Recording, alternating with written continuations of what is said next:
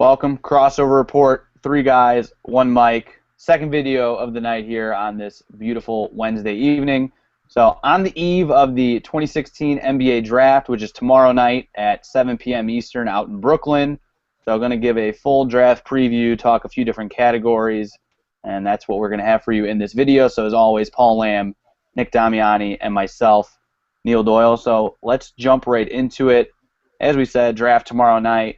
Should be a pretty fun draft. I know some people have said this draft might be a little bit weaker after you get outside of the top, 5, 6 picks, which was kind of the case in last year's draft. But still a lot of storylines. So let's just start off. We have a few different categories to talk. The first one we'll go is, in our minds, the best player outside of a top 10 pick.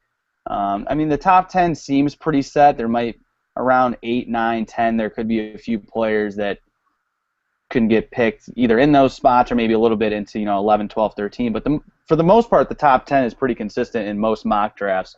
So Nick, let's start with you. Who maybe outside of a top 10 pick do you see that could be very good down the road in the NBA? I'm going to go with my boy Henry Ellison from Marquette. He's a freshman. He was supposed to be a high lottery pick early on.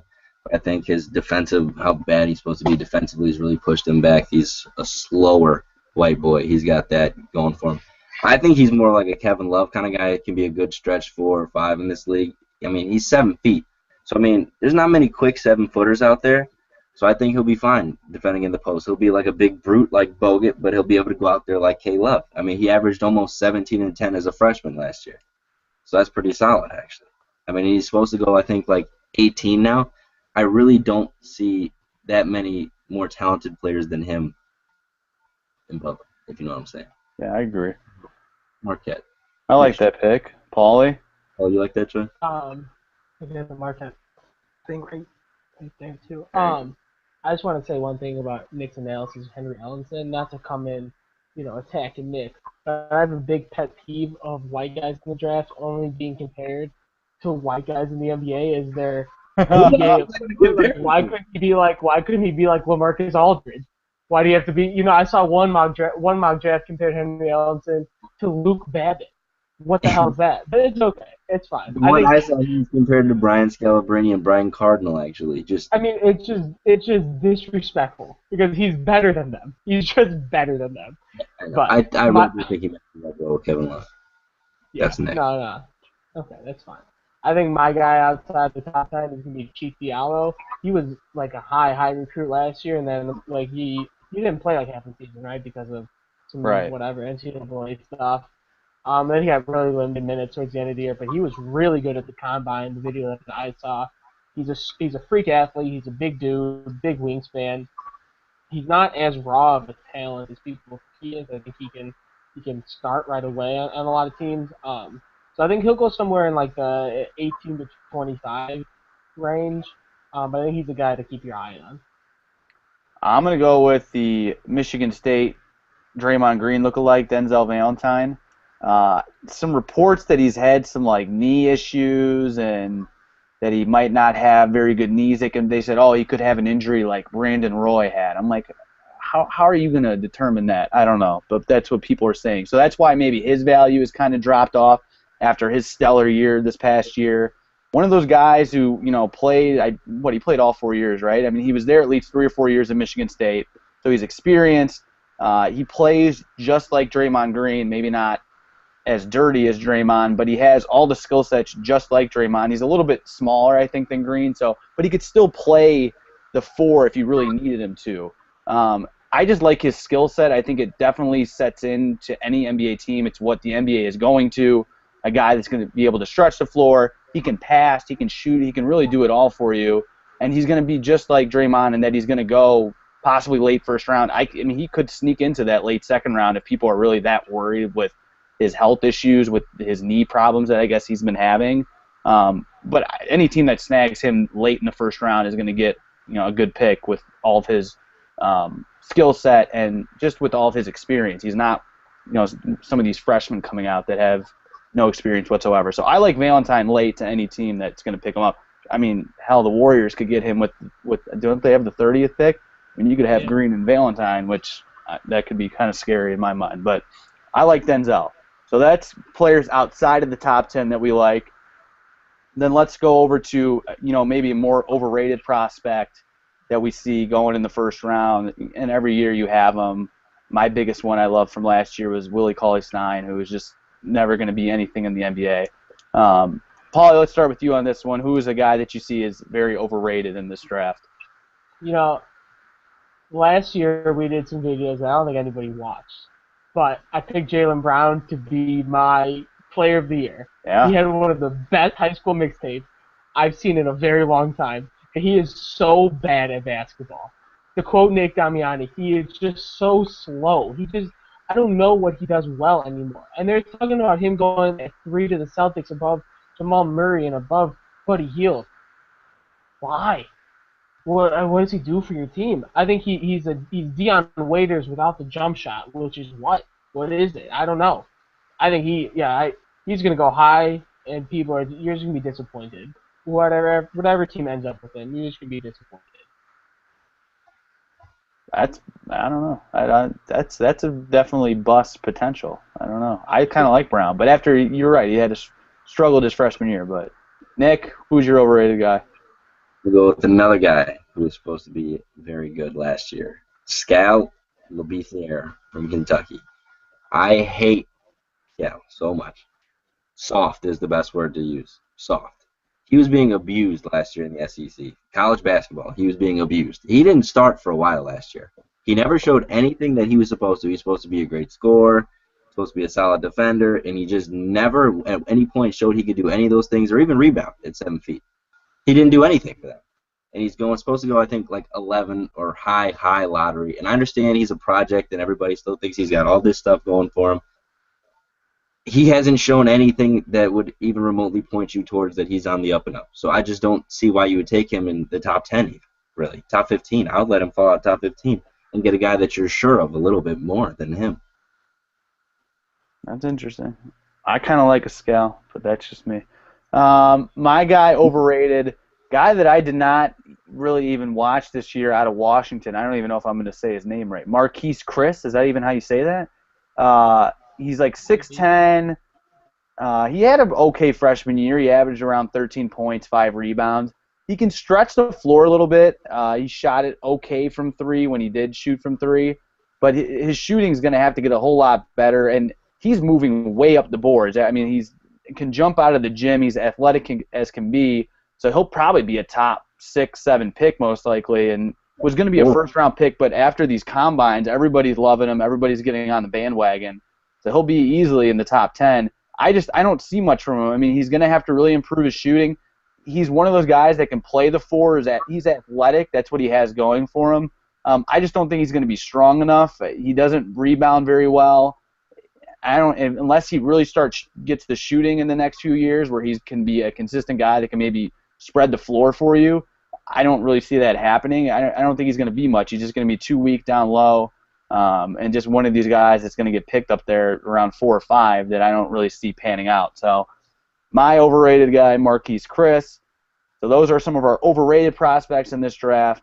And then let's now filter to a specific team here for all of us being Chicago natives, the Chicago Bulls. And very breaking news earlier today that Derrick Rose has been traded away to the New York Knicks. The Bulls receiving Jerian Grant, Robin Lopez, and Jose Calderon. So big shakeup in the Bulls organization. Rose had another year on his contract. They decided to deal him. Let's just start off with the Rose trade. Did you guys like the move? And just kind of what are your thoughts on the trade? Nick, let's start with you. I liked it. I was saddened by it, but it needed to be done. I think a lot of people are disappointed that they didn't really get anything in return. And I'm judging those people's worth on Derrick Rose. I don't know if he was worth anything. I think it was a good thing that somebody was willing to take him and his contract off of our hands. I like Jerian Grant, so I really don't mind the trade a lot. We obviously didn't get anybody special or anybody that's going to change our franchise or anything like that, and we shouldn't have expected to. Clearing up the cap space was good enough for me. Sad to see him go because if you think what that team could have been if a healthy Derrick Rose would have stayed here for so long, but it had to be done, so it is what it is. Paulie? I didn't think it was a great trade. Obviously, they were going to trade him. They needed to trade him. But I mean, they were going to have a lot of extra cap space already with their new salary cap. They gave up also not just Derrick Rose, but also Justin Holiday and a second-round pick.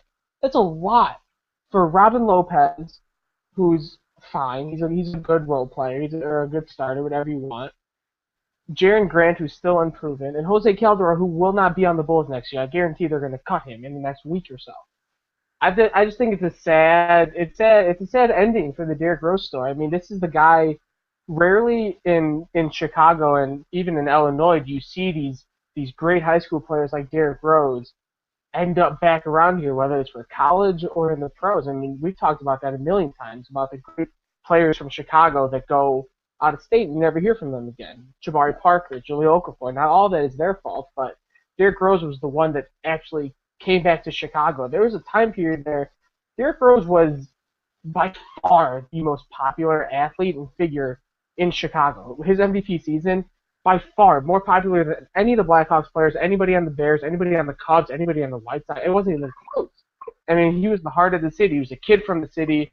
I just think it's a sad day. I was never a big Derrick Rose fan. I just think it's a sad day for Bulls fans from the city of Chicago to see one of their own shipped off. Trade that they needed to make. They needed to trade him off for basketball reasons, but yeah, sad day. I agree. I mean, it's sad. It had to be done. I think it's the right move. You're finally realizing that this is Jimmy Butler's team. The two of them weren't going to work out together. I think they thought possibly it would with last year, but it never really panned out. So I think it was good. You get rid of his contract. Was it the greatest trade in terms of what we got? I mean, not awful. I do like Jaren Grant. I think he could be a good player down the road, but it was smart, I think, to get rid of him. Sad, as we all said. So that happened earlier today. So now, how does that kind of affect where the Bulls are going to draft here? They have the 14th pick, the last pick in the lottery. Now that you lose Rose, are they going to go point guard? I mean, there's been a lot of speculation as to will they go guard. They could go maybe one of these power forwards that are in the draft. Nick, let's start with you. Who do you see the Bulls taking with that 14th pick? I think they've been talking about Wade Baldwin for a few weeks now, even when they had D Rose. So I think they were obviously trying to move away from D Rose in a way, and now I think that this shows that even more with Wade Baldwin coming in here. And from what I've seen, they said Wade Baldwin wants to come to Chicago, so he'll be happy to be here. That's always important. You got to have a guy that wants to play for you. He's a big point guard, 6'4", doesn't handle the ball particularly well, but he can shoot, and he's got the physical capabilities to play good defense. He's obviously a bit of a project offensively and all that. Luckily, we have a combo guard in Jimmy Butler who can take some of the pressure off of him for handling the ball. But, I mean, I think they go Wade Baldwin with it at 14. Paulie? I don't know what the Bulls want to be. I mean, you think about the Bulls from 3 or 4 years ago, and you know what they are. They're defenders. They beat the hell out of you. That's what they are. But what are they? I mean, it just seems like they're just adding pieces and hoping that everything comes together. So I think this pick is going to be huge for them. It's going to say, here's what we want to be, or we don't know what we're doing. That being said, I think there had been those earlier reports that our boy T. Ulis was going to go there as the point guard. I mean, that could reemerge again now that the Bulls don't have a point guard, even though Ulis, Nick's boy, really, has not had a great combine. Hasn't had Nick to practice against anymore. He's kind of fallen off. But I think they go with Malik Beasley. Malik Beasley's been a big guy that's been rising up the board. He's like 6'5". He's only like 190 pounds, and he plays the 2, which obviously they don't need a 2. But I think he could play the 3. They might be able to make him play the 1. I think he could be what they were trying to do with Tony Snell. I think Malik Beasley could be that. Yeah, I've heard a lot of Beasley. I kind of agree with Nick more. I think they'll go Baldwin. I like Wade. He's a bigger point guard at 6'4". He's going to be a very good defender. The offense is there right now. It's got to improve the ball handling. But he can be a good passer. He struggled a little bit in his time at Vanderbilt, turning it over, but he's got the abilities to be a pretty good point guard. So I like that pick. But I totally agree with Paul. I don't know where they would go. I mean, there's been reports of guards. They've gone. I know Sabonis out of Gonzaga has been a possible guy.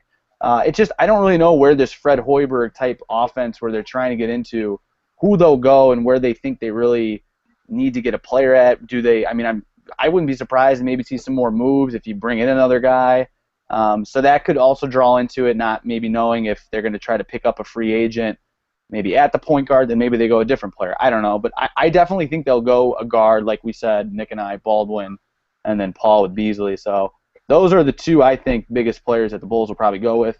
Who knows, though, as we said, tomorrow night, the NBA draft, not really sure what Chicago's going to do after the big news today that Derrick Rose has been traded. So it's been fun. I don't even think last year, it didn't seem like once the finals was over that the NBA draft was just a few days right after. So just a day away now. We're on the eve of the draft, and so there should be some interesting moves tomorrow. We'll see, and we'll have all that coverage for you of the draft right here on Crossover Report. So I think that's going to do it for us here in our draft preview. Nick, Paulie, anything else before we head out? Where's TU going? That's what I was going to say. We're probably going to have to bring up our graduate from Marian Catholic. I don't know. Where do you guys? I think maybe late first round, but yeah, after Paulie, the combine, they said he had some hip issue and he's dry. I mean, he started out right there. Some people projected him with the Bulls, like maybe lottery, right around 20th. I don't know. Does a team gamble on him in the late first round, or is he going to drop to the second? I don't know. I always thought the Pacers were an opportunity until they made that deal today. Yeah. Yeah. Maybe the Spurs. Who knows? Maybe a good Spur. What do you guys think he'll go first round, or do you think he drops to the second? I still think he'll go first round. There's not a lot of very good, and there's not a lot of good point guards in this draft. So I mean, there's really not a lot of great players outside the top like 4 or 5. Not that they're bad. It's just they're not going to be all-stars or whatever. So I wouldn't be surprised, even if you see them go as high as like 18 to the Pistons, even down to where Nick said with the Spurs or the Suns.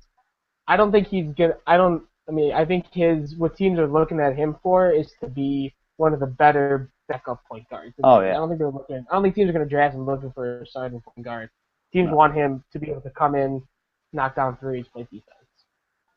Totally agree. I just hope they don't. It's been the biggest story with Tyler throughout his whole life has been the height, and I mean, I just hope teams don't shy away. I mean, it just seems like he's proven himself so much that that's not an issue. I mean, we've seen guys like we said, Isaiah Thomas, who's done it. I just hope the so combine, and now they're saying like he's had played through this hip issue at the end of the year, and then the height. I hope teams don't look at that still. It just seems like he's proven it, but it always is a lingering problem. I don't know. That's what I hope they don't do. Nick, what do you have? I don't think the height's the worry anymore. I think they're worried about his weight right now. Wasn't he like 150 pounds or something like that in the combine? Crazy. The lowest weighing player I could find was Aaron Brooks at like 160. That was the lowest weight I could find in the NBA. Yeah.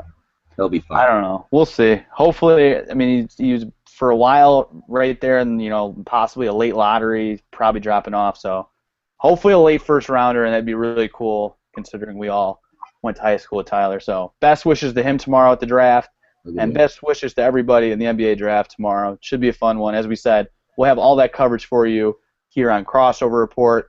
And as always, you can follow us at Crossover Report on Twitter. You can like us on Facebook. You can subscribe to us right here on YouTube. And you can always visit us, crossoverreport.com. So that's going to do it for us in our draft preview video. Draft tomorrow night, 7 p.m. Eastern in Brooklyn. So for Nick Damiani, Paul Lamb, and myself, Neil Doyle, thanks for watching, and we'll see you next time. 3 Guys, 1 Mic, Crossover Report.